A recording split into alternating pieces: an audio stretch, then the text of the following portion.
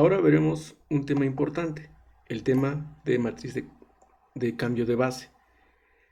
Este tema es importante a nivel de matemáticas aplicadas y a nivel de matemáticas puras y aplicaciones en otras disciplinas. Muchos problemas aplicados de manera natural eligen una base para el problema. Y además, en otras áreas como la geometría diferencial o la relatividad especial, copian estas leyes de transformación que vamos a ver. Entonces, por esa razón es un problema importante. Supongamos que tenemos un espacio vectorial de dimensión n y que tenemos dos bases. Una base sin primas y una base con primas. Entonces, cualquier vector de ese espacio vectorial se puede escribir en términos de la base sin primas, con unos escalares y con los vectores base. Pero ese vector, el mismo, también se puede escribir con otros escalares y con los otros vectores. Noten que en particular los vectores de la base con prima se pueden escribir en términos de los vectores de la base sin prima. Y aquí de hecho tenemos una matriz. En general es una matriz beta, tiene dos índices, un índice por cada vector de la base con prima y otro índice por cada vector de la base sin prima. Entonces es una matriz. Y también podemos escribir cualquier vector de la base sin prima en términos de la base con prima. Vamos a escribir de forma esquemática esta relación de B' y BI a través de una matriz. Aquí tenemos la base sin primas que a través de estos coeficientes llegan a la base con primas.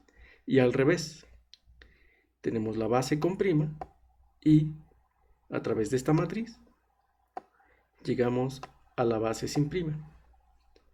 ¿Qué pasa si en uno de estos elementos, de estos vectores columna, colocamos,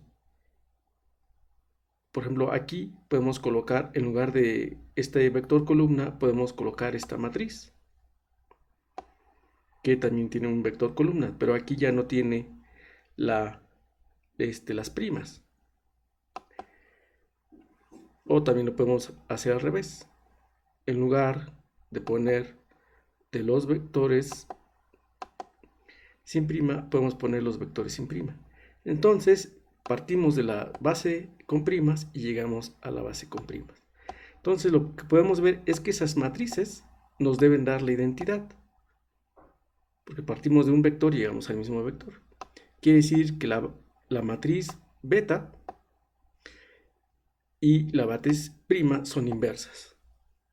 Aquí hay que observar que para ir de la base sin primas a la base con primas estamos ocupando la matriz beta.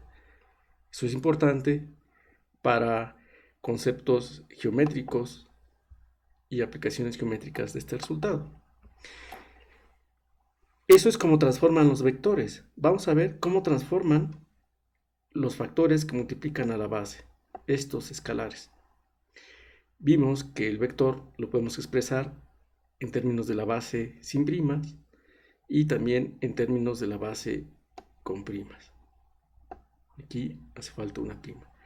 Y claramente el vector no cambia si lo expresamos en términos de una base o de otra. Entonces estos vectores son exactamente los mismos.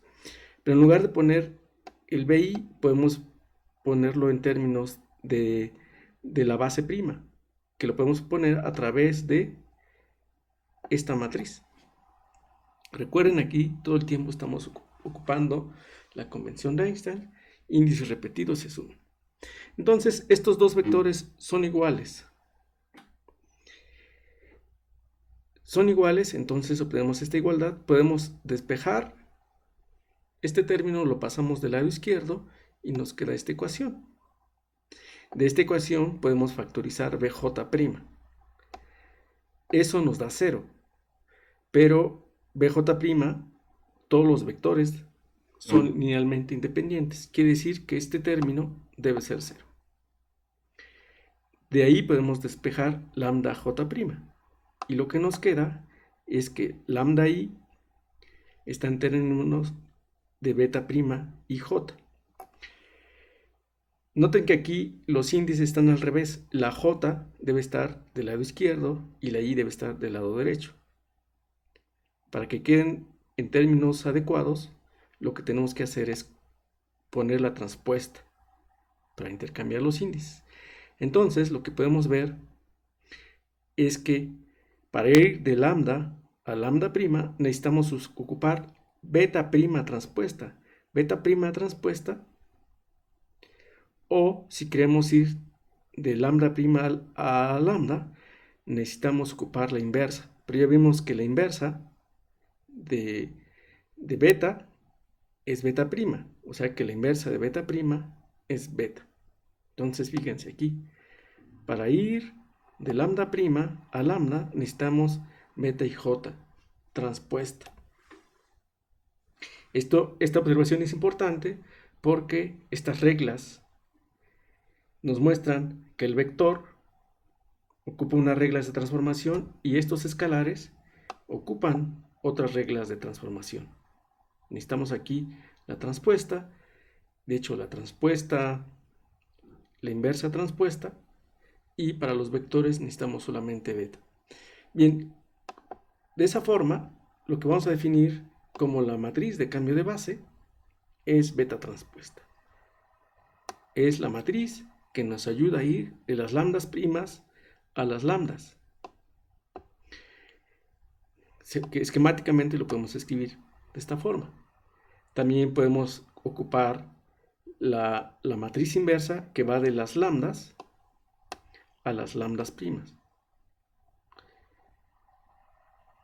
Entonces noten que aquí lo que tendríamos que ocupar es la inversa para ir de las lambdas a lambda'. Bien, así se define la matriz de cambio de base. Por ejemplo, tenemos aquí dos bases. Tenemos la base canónica de R3 y tenemos otro conjunto de vectores que también son base. ¿Cómo obtenemos la matriz asociada al cambio de base? Escribimos la nueva matriz, la nueva base en términos de la vieja base. Entonces aquí sería la base con prima sería esta y la base sin prima sería la canónica. Entonces escribimos la base prima en términos de la canónica. Aquí tenemos 1, 0, 0. 1, 1, 0, 1, 1, 1. Y con eso formamos la matriz. Entonces aquí sería 1, 0, 0. Serían este renglón. En el segundo renglón ponemos los valores, la segunda expresión, y también ponemos los valores de la tercera expresión en el tercer renglón. Y la matriz asociada es la transpuesta.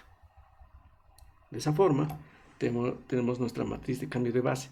Si queremos ir de la matriz, de la base con primas a la base canónica, tenemos que ocupar la inversa de la matriz. Y entonces la matriz inversa, n, transpuesta, sería la matriz asociada al cambio de base inverso. Posteriormente veremos que este resultado, esta forma de cambiar bases, es importante para diferentes problemas.